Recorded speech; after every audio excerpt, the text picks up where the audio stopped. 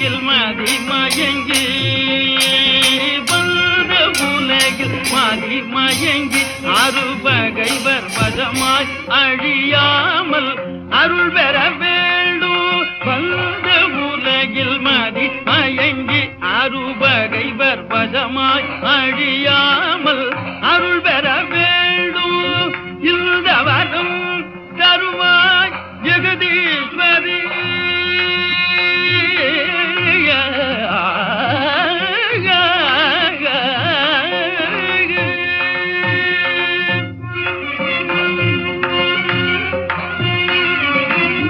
இந்த வரம் தருவாய் ஜெகதீஸ்வரி.